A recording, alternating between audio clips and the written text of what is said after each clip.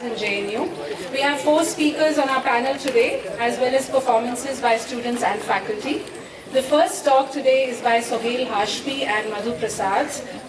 Sohail Hashmi is a filmmaker and historian of Delhi. He is also a JNU alumnus and was a student at CSRD in JNU in the early 70s when the new admission policy of this university was framed. Apart from being known for his political activism and his documentaries, Sohail is also very well known for the immersive heritage walks that he conducts around the capital. Madhu Prasad is also a JNU alumna, has taught philosophy in Delhi University and is a presidium member of the All India Forum for Right to Education. She was a member of the 1972-73 Students' Union at JNU, which was actively involved in framing the admission policy here. Sohail and Madhu will be speaking to us today about JNU's deprivation point system, its history and politics. And some of the initial changes that were introduced. And Madhu will basically talk about, but that is the idea, but what I leave out, all that she's going to cover. And maybe a whole lot of other things, especially the extremely complicated negotiations that took place. Before I begin, I just want to place before you that the admission policy was not given by the administration. The admission policy was evolved, was thought of, conceived, and then evolved at the behest of the JNUSU and the students of this university. And this is something that needs to be remembered. This was not a gift from the administration.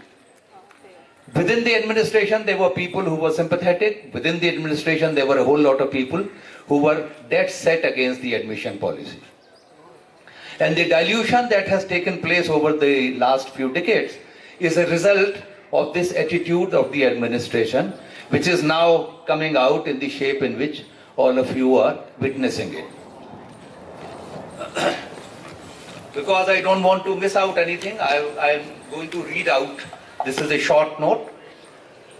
The first lot, and before JNU began, some of this begins before JNU was set up. The first lot of admissions to JNU happened in 1971. These were admissions to MPhil and PhD courses only.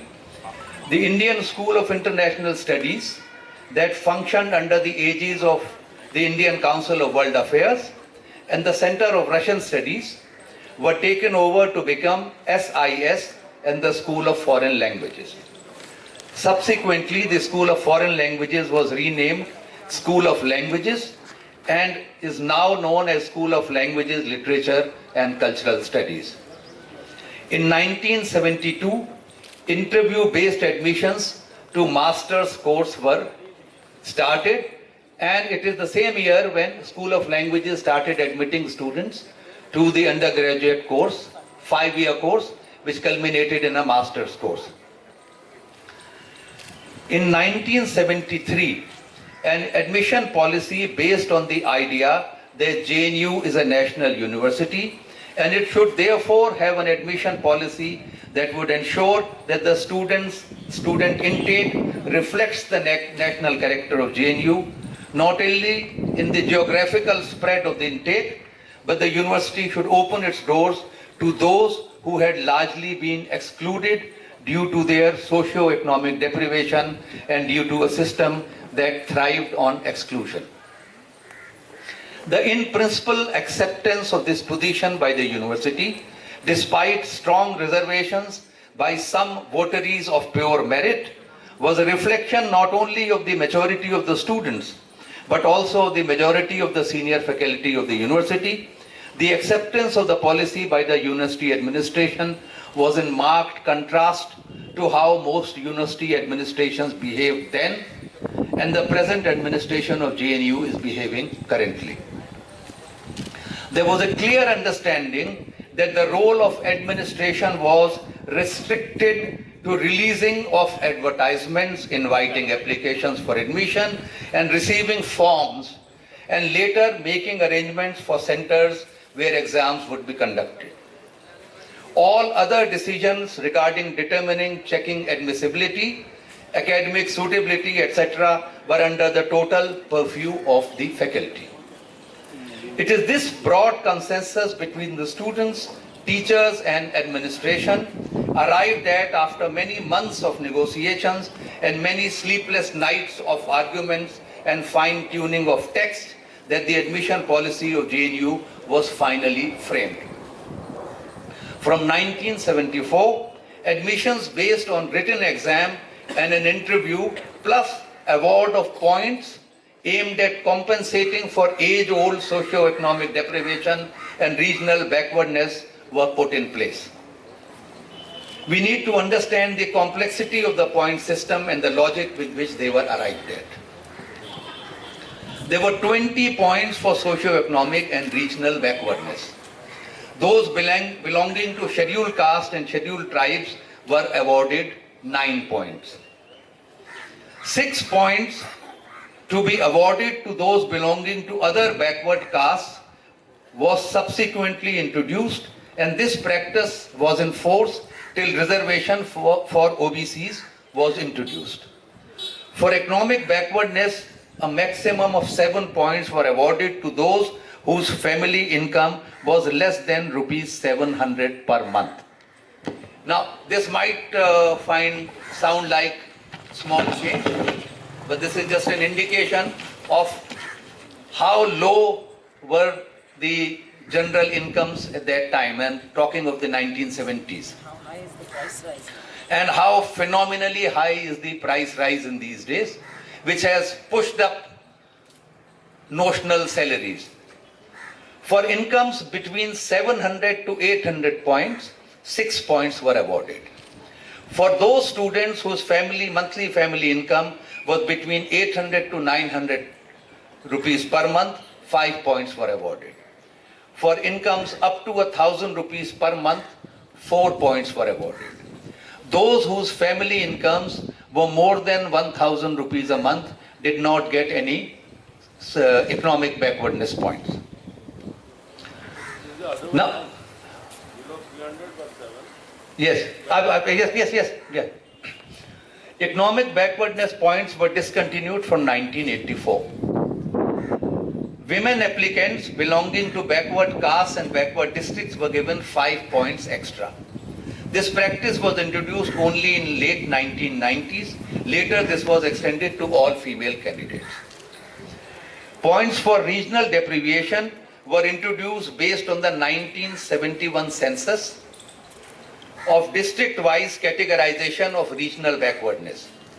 This was calculated on the basis of the Ashok Mitra classification of districts as developed, less developed, backward, and very backward. This categorization was also mediated by work done by a Russian demographer, Galina Sadyasuk, who had also worked on levels of backwardness and development in India, and these two were combined together to develop the quartiles. Now, the top of the quartile was the most developed, and the bottom of the quartile was the least developed. So the weightage for regional backwardness was worked out on an inverted system. Those coming from the least backward district, the least developed districts, were given 4 points for regional backwardness. Those who came from backward districts were given 3 points. And those who came from the most developed and less developed did not get any regional backwardness points. The policy underwent many changes, was gradually diluted, and is now sought to be buried. But we need to remember that it was this admission policy and the award of point system that ensured that an SC/ST student belonging to the lowest income category and hailing from a district falling in the most backward quartile would get 20 points if the student had not been to a privileged school, as against a student who was not an SC or ST and belonged to a family with high income bracket and hailed from the first quartile district in levels of development index. In other words, somebody who had been to a public school, had lived in a city or a developed district, and whose monthly income was more than 1,000 rupees a month will get 0 points, as opposed to somebody who came from a socio-economically backward background, belonged to an SC/ST family, and had studied in a backward district. This was an attempt to compensate the burden of backwardness that these students were brought with them and were discriminated against because of their backwardness. It was this that provided competitive parity to students belonging to socio-economically discriminated communities and to those who belong to the most backward areas of India. Whether the points for socio-economic and regional backwardness were being awarded according to the principles laid down in the admission policy was scrutinized in a center-level student-faculty committees. The committees consisted of 5 elected representatives of students and 5 members of the faculty of the center. In case of a dispute, the matter would be referred to the school-level SFC. The students had also taken a clear position that issues of academic assessment were the prerogative of the faculty, while ensuring that points of backwardness had been awarded properly was something that was open to scrutiny. It needs to be remembered that it was this admission policy, evolved at the initiative of the JNUSU and accepted after many rather bitter debates, that was the basis upon which the portals of JNU were open to a large number of students from the length and breadth of the country who would never have had the opportunity of entering any university had this policy not been in place. One also needs to remember that it is this inclusive atmosphere that ensured that JNU did not have eve-teasing and ragging and was free of regional, casteist and communal politics for a large part of its existence. Thank you.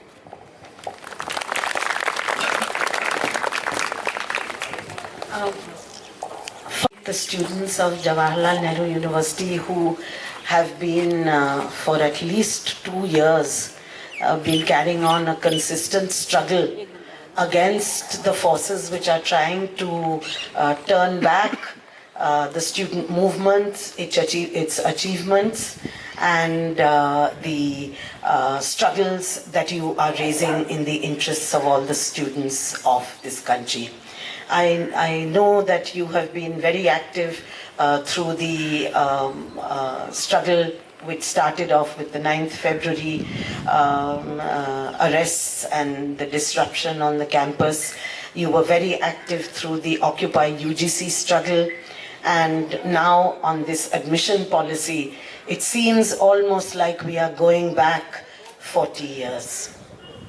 Because I was in the Students' Union in 1972-73.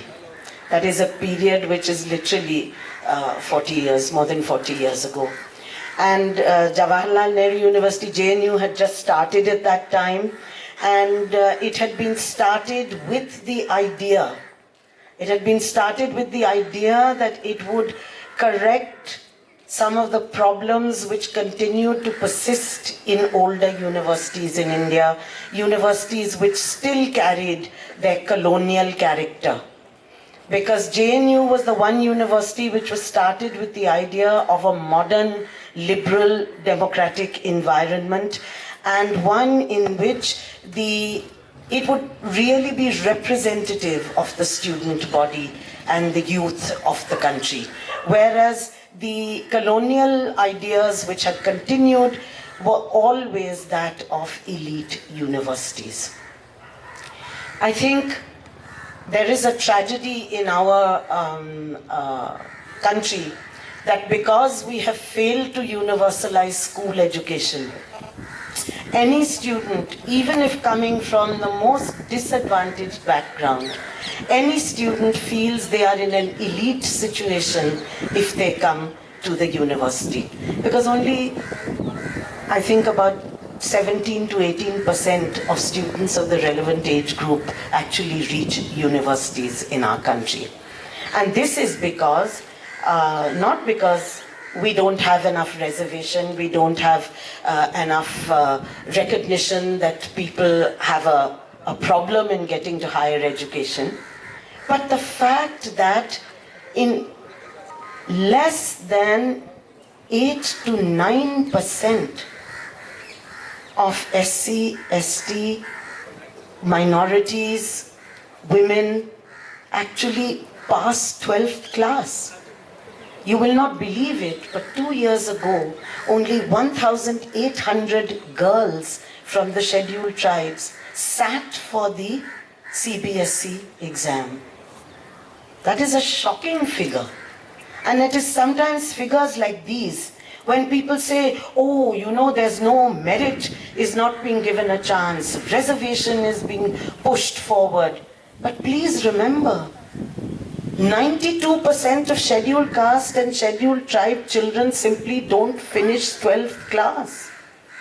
So they're not even eligible for reservation. Now, it was with these ideas in mind that many of us who came at that time to JNU, I remember I was 24 when I came to JNU. I am now 70. And I'm still fighting for the freedom of education and the right of all children to have education. But at that point, when we came to the university and admissions were taking place, Sohail has already told you that was one of the first years of the proper admission for MAs and the integrated 5-year course, etc. So that the student body of the university was being enlarged at that time. And like all students' unions, I was a counselor from the School of Social Sciences. Like all student unions, we were very actively involved in assisting new students who were coming. Delhi was a strange place to come to. And also, the university was at the old campus, down campus as it used to be called later, but we used to call it the old campus. And there was a desire to help out the young people who were coming and who would be joining our university. And it was there that we met this young boy who actually started the movement for a new admission policy. He was a Gujar boy. He had got 50% in his graduate examination in his BA. But Jawaharlal Nehru University had B+. 55% was the eligibility criteria.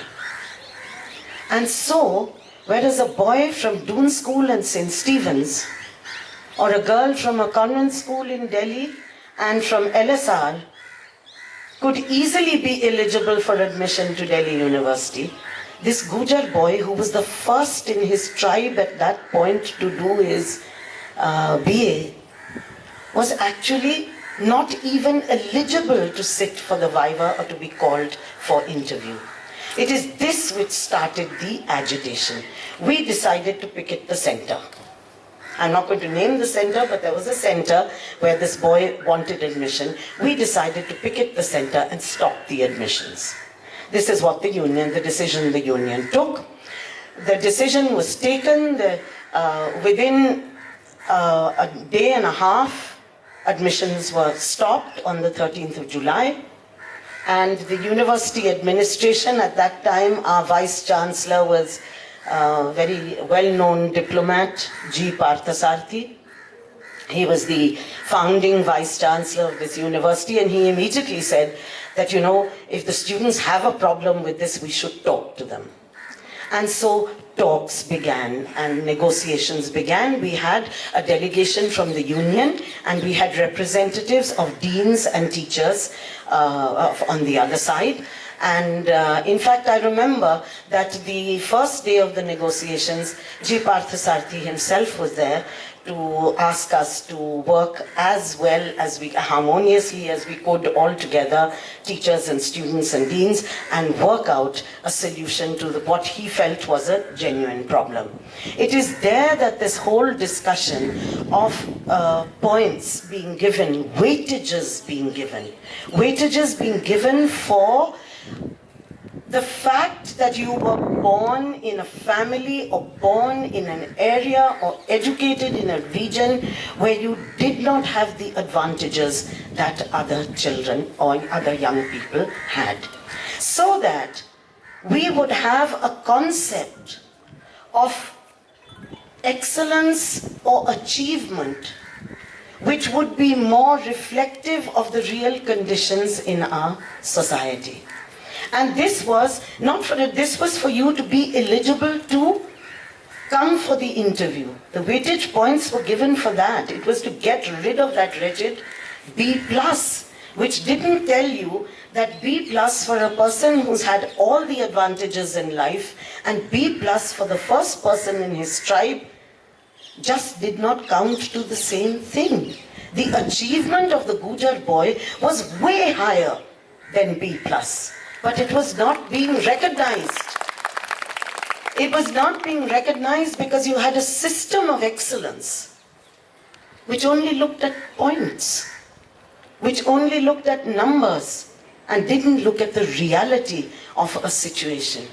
And therefore, this argument began. We had to actually counter a concept of merit, which I hate to say still is alive and kicking and very strong with us. Anyone who is upper caste, who is upper class, who is English speaking, who is male, who is not a tribal, has a far better chance of proving excellence than any of us who may have fought much harder. And I can tell you, as a woman of my age, I know you people are still fighting. Think what it was like for us when we didn't even have something like feminism to fall back on. We were simply regarded as zombies because we fought for our rights. So the idea that excellence is something which access to facilities and wealth and situation, this was an idea that we were concerned in our negotiations with the deans and the teachers. This was the idea that we wanted to crack. We said that excellence should be judged by the ability of a candidate or of a young person to deal with the circumstances in which they find themselves and then arrive at a level of achievement. So that we don't look at achievement as a figure which is already there. It's not a standard which is sitting there. It is a standard which is created by every student who fights, and it is a standard which is created by every student body that unites to fight. And that is what we decided to. The first phase of our negotiation fell through. The negotiations stopped. I think it was on the 19th or 20th of July of 1973, the negotiations stopped because everyone said that, no, we can't possibly have admissions on this basis. It would be impossible. You have to have a figure. You have to have a cutoff point. No, we just think like that. Because we're thinking of education as something from which we're keeping people out, not bringing people in. Whereas our union was concerned first and foremost with how we bring people in. Those who have been kept out, how do we bring them in? So even though the negotiations broke down, we appealed to the entire student body and appealed to all the students not to participate in any way in the admissions process until an agreement was arrived at. That agreement, I'm glad to say, was arrived at on the 24th of July. In other words, in a period of 10 days, the university actually had to come to an agreement because we did not allow admissions to take place anywhere. And I must say, this is something all of you must know also, this is something I learned very early on, that when we are united, we can fight.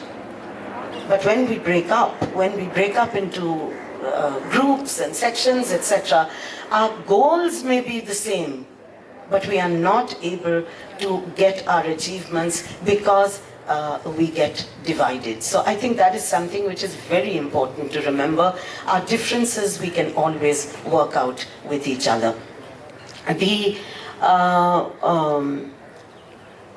point of on which we were agreed were two very major points which were written down in the letter that was finally sent to the Vice Chancellor and that was finally sent to all the schools. One was that student faculty committees of every center, except the school of, I think it was SIS, or no, it was languages. One of the schools had a central student faculty committee because their admissions used to be done centrally.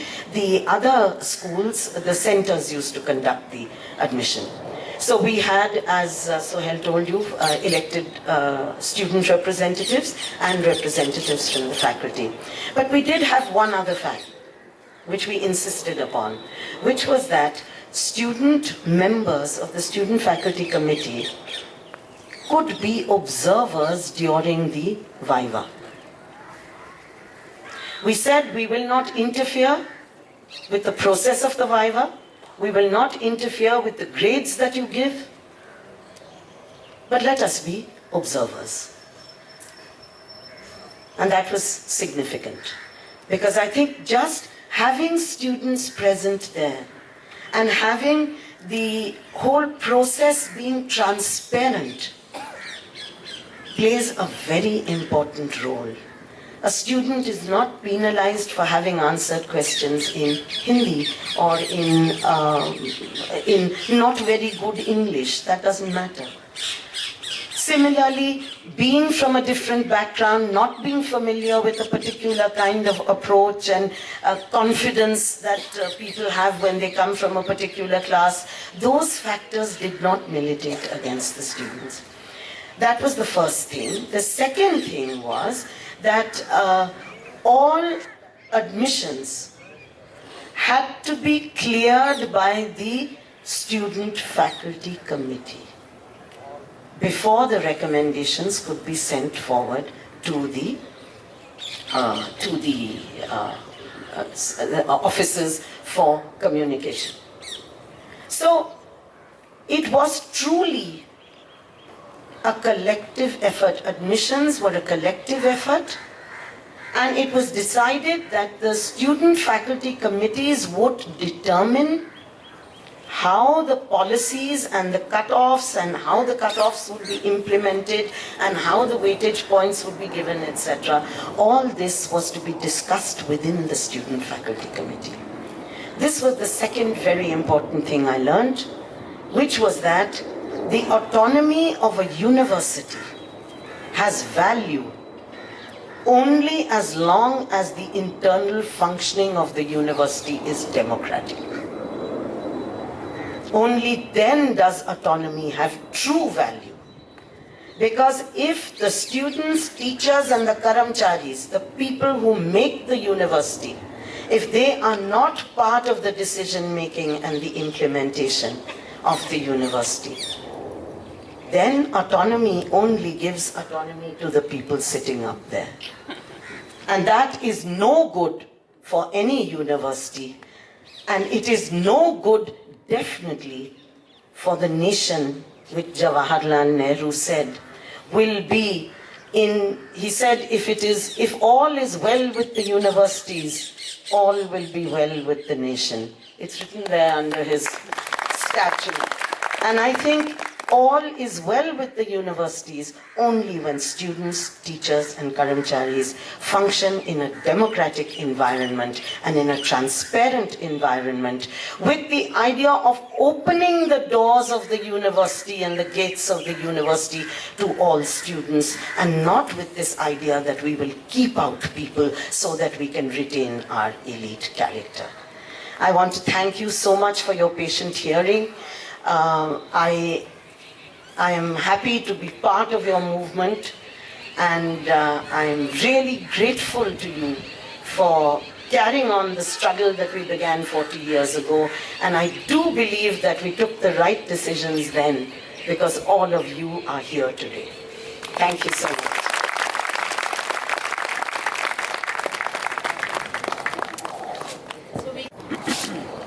Just raise your hands.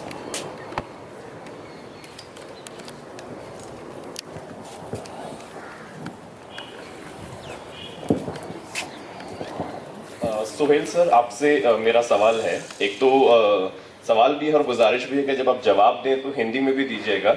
आपने जो सारी बात रखी उसमें इतने सारे facts और इतनी तेजी से अंग्रेजी में आते चले गए कि ऑब्जर्व करने का मौका ही नहीं मिला और ज़रूरत महसूस हुई कि शमीम के यूट्यूब में दोबारा देखना ही पड़ेगा। मेरा सवाल ये था कि आप वाकिफ होंगे, अभी जो बहस चल रही है जेएनयू के अंदर, उसमें वाइवा वेटेज का जो बहस है वो 2012 से तो तकरीबन मेरी याददाश्त में बहुत पुख्तगी से जेएनयू कैंपस में चल रहा है कि 15% वाइवा होना चाहिए और बाकी रिटर्न होना चाहिए। बाकी बहस से तो हम लोग वाकिफ हैं, लेकिन ये जो स्टूडेंट फैकल्टी का जो मैडम ने भी बताया, ये था तो ये खत्म कैसे हो गया और ये अभी क्यों नहीं है, और अगर है तो इसकी क्या गुंजाइश है? स्टूडेंट्स का बतौर रिप्रेजेंटेटिव अभी मतलब आपकी बातचीत में शायद क्लियर नहीं हुआ था। I get to know from her that it's just that they are as an observer only. So एक ये, और जो दूसरा सवाल है जो कैंपस में तकरीबन उठता रहा और थोड़ा कम ही उसको मौका मिला उठने का, मुस्लिम डिप्रेशन पॉइंट या माइनॉरिटी डिप्रेशन पॉइंट, ये भी एक बहस है। और क्या इसमें क्या हो सकता है, क्योंकि अगर हम डिप्रेशन पॉइंट को पूरा देख रहे हैं, ये इसमें आया था कि ज्यादातर जो जेएनयू के अंदर मुस्लिम स्टूडेंट हैं वो खास 3 सेंटर्स से ही हैं और SSS में और बाकी जगहों पे वो कम है। वो कैसे लागू होने की क्या गुंजाइश है कैंपस के अंदर, क्योंकि जो भी कोशिशें एडमिनिस्ट्रेशन की तरफ से हुई उसमें कोई ठोस बात कभी निकलते हुए किसी कमेटी ने कोई ठोस बात बोली नहीं, क्योंकि आप इतना तफसील से रख रहे हैं। So if you can put some light on that, so that would be great. जिस पॉलिसी की मैं बात कर रही हूँ वो 73 to 83 थी, उसके बाद 83 में चेंज की गई थी। देखिए, एक तो वो जो वाइवा वोसे का जो प्रॉब्लम है उसकी मैं आपको एक एग्जांपल देता हूँ। एक मैं स्टेट का नाम नहीं लूँगा, लेकिन एक हिंदी स्पीकिंग स्टेट से एक स्टूडेंट आया था, ग्रेजुएशन करके हिंदी मीडियम में उसने एक सब्जेक्ट पढ़ा था और वो अपने स्टेट का टॉपर था, और जेएनयू में उसने उसी सब्जेक्ट में एमए में अप्लाई किया और रिटन में और वाइवा दोनों में वो फेल हो गया। तो फिर काफी हम लोगों ने हंगामा किया और पता है चला कि उससे एक तो क्वेश्चन पेपर अंग्रेजी में था और उसके बाद जब वाइवा हुआ तो वो भी अंग्रेजी में हुआ।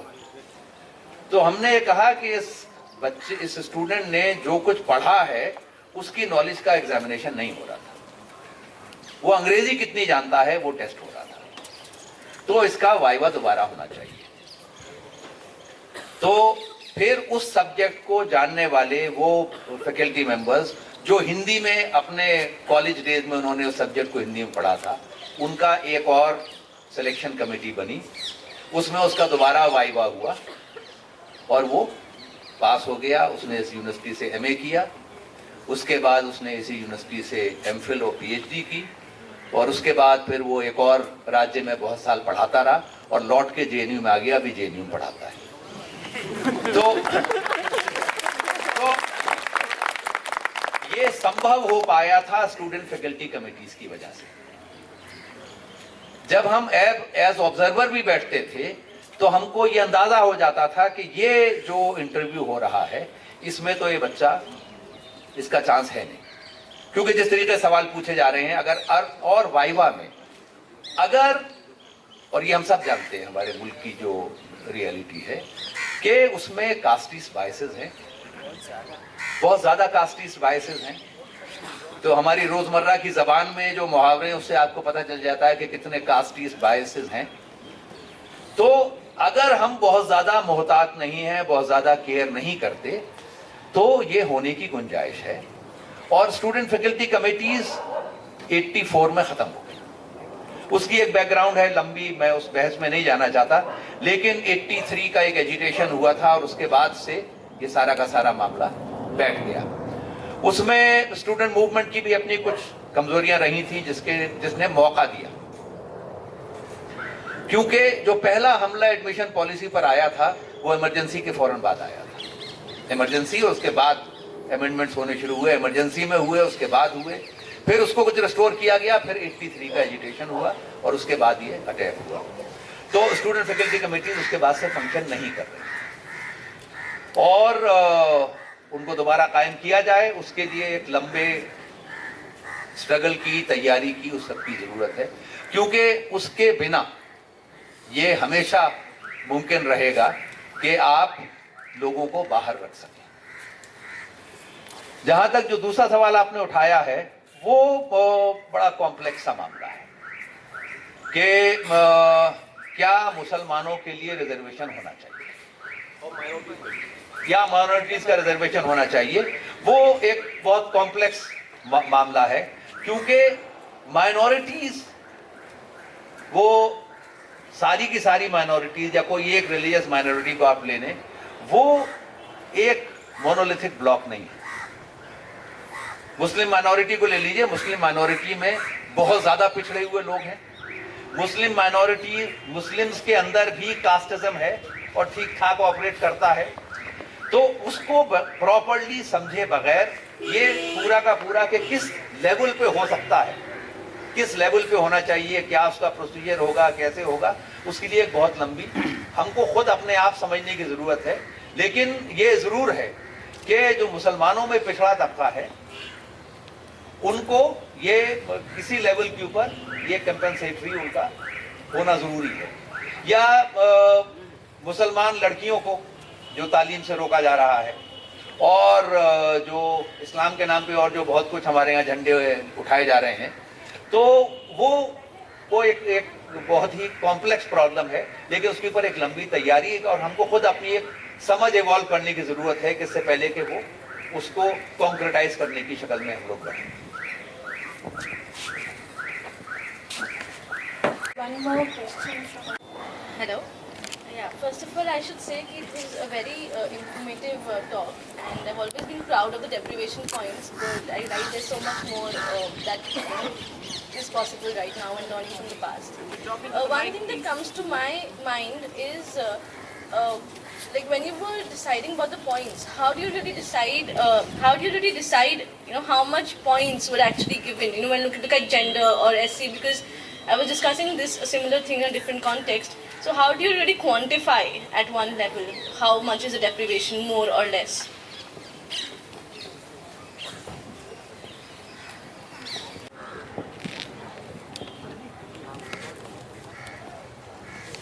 मुझे लगता है कि ये क्वांटिफिकेशन का जो प्रॉब्लम है ये सिर्फ डेप्रिवेशन या बैकवर्डनेस के पॉइंट्स की बात नहीं है। ये क्वांटिफिकेशन का प्रॉब्लम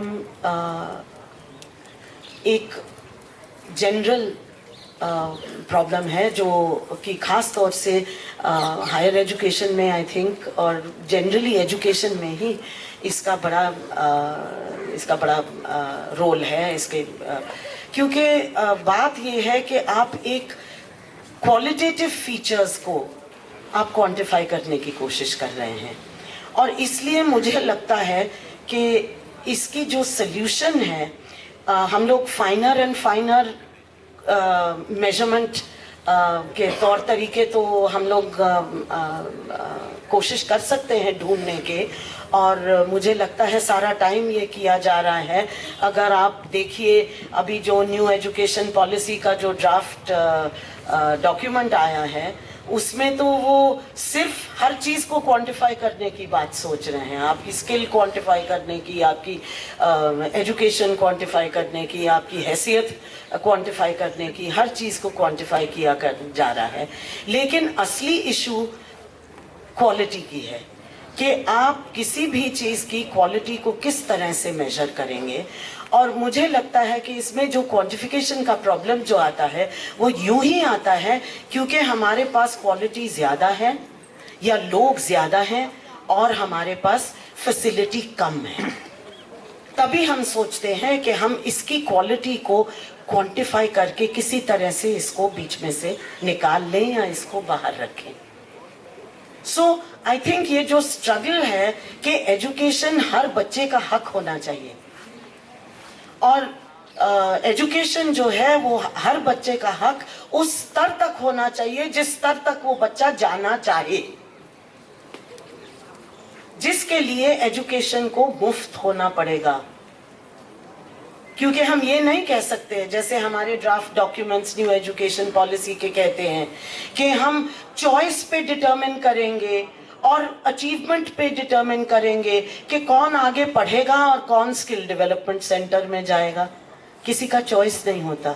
ये चॉइस नहीं है कि आपके माँ बाप के पास पैसे नहीं हैं और आपको अपने माँ बाप को मदद करनी है या आपको जल्दी नौकरी लेनी है या जल्दी पैसे कमाने हैं। ये चॉइस नहीं होती।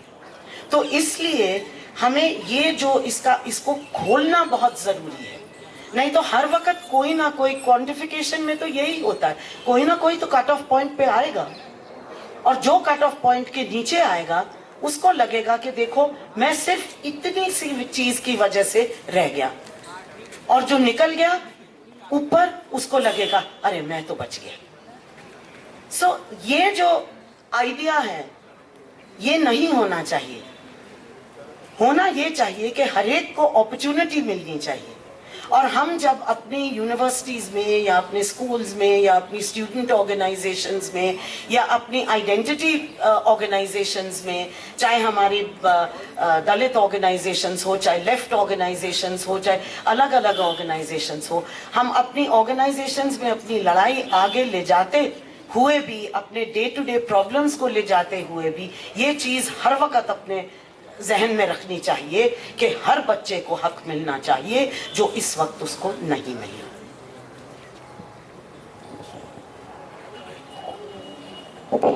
We have time for one more quick question.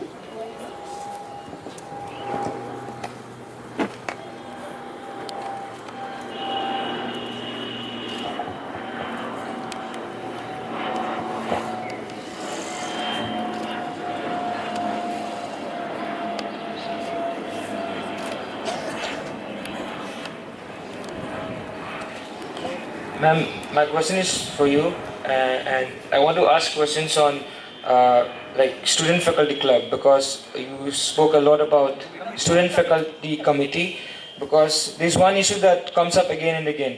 Whenever students from marginalized sections have any proctoral inquiry or any committee set up for any kind of inquiry, most of the professors, most of the faculties there are most of the times are from upper caste. So how can student faculty committee address this issue?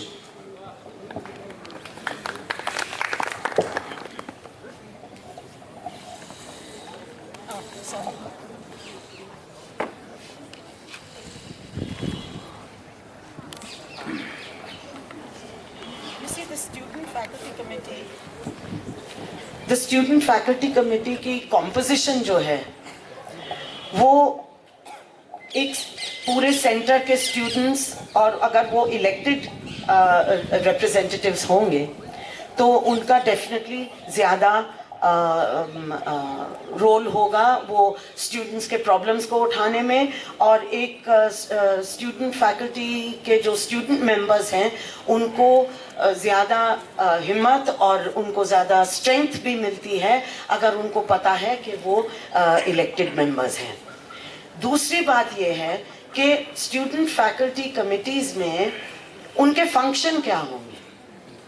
आप student faculty committee के major functions, whether they are proctorial, whether they are academic, whether they are related to admission, उन functions को आप shrink करते जाओगे तो student faculty committee फिर एक ऐसी सिर्फ एक कमेटी रह जाती है जिसकी कोई ज़्यादा रोल नहीं रहता। आइडिया ये होना चाहिए, और मुझे ये नहीं पता इस वक्त आप लोग स्टूडेंट फैकल्टी कमेटी JNU में अभी फंक्शन करती है तो क्या काम करती है स्टूडेंट फैकल्टी कमेटी, उसके दायरे में क्या क्या सवाल आते हैं। इस कोई इम्पोर्टेंट चीजें भी आपके दायरे में आते हैं या आप सिर्फ मिलजुल के। I am not familiar with that, ये तो आप लोग ज्यादा बता सकते हैं, पर ये बहुत जरूरी है कि जो मेजर फंक्शन सेंटर के हैं वो फंक्शंस उसके दायरे में होने चाहिए। ये नहीं हो सकता कि एक स्टूडेंट फैकल्टी कमेटी है पर वो स्टूडेंट फैकल्टी कमेटी एडमिशन्स पे कमेंट नहीं कर सकता, एडमिशन पॉलिसी पे कोई उसका इन्वॉल्वमेंट नहीं है। वो student faculty committee has to be the committee which runs the center, and therefore all aspects of the center, whether it's a question of the caste composition, when there is a question of particular section and action being taken against particular students, on whether it's that, whether it's admissions, whether it's grading. We know that grading में भी बहुत कुछ होता है, बहुत problems होते हैं. All these issues should come under the student faculty committee. It should be within the range of the student faculty committee. You don't have it in your area. Well, I think that's the first thing. You should have it now. Because without that internal democracy, then autonomy is always misused. It will always be misused. You should revive it, definitely. And make sure that it functions. Because otherwise, if there is no internal democracy, then you can't really have transparent functioning. That is the most important.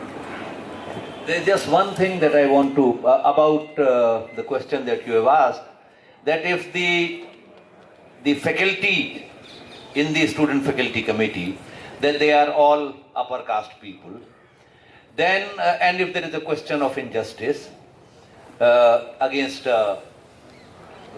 Dalit student, how will that ever be resolved?